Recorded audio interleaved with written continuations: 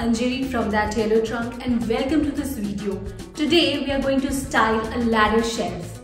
We are going to use these beautiful ceramic vases and other items to do the styling. The idea here is to create a visual symmetry, but things should not look very color coordinated or matchy-matchy.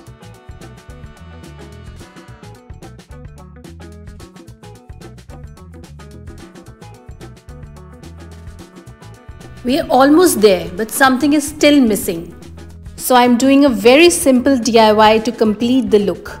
I'm painting these terracotta plates with white acrylic paint to create decorative plates. These acrylic stands come in very handy when you want to display decorative plates on your shelves. And we are done. Here's the final look.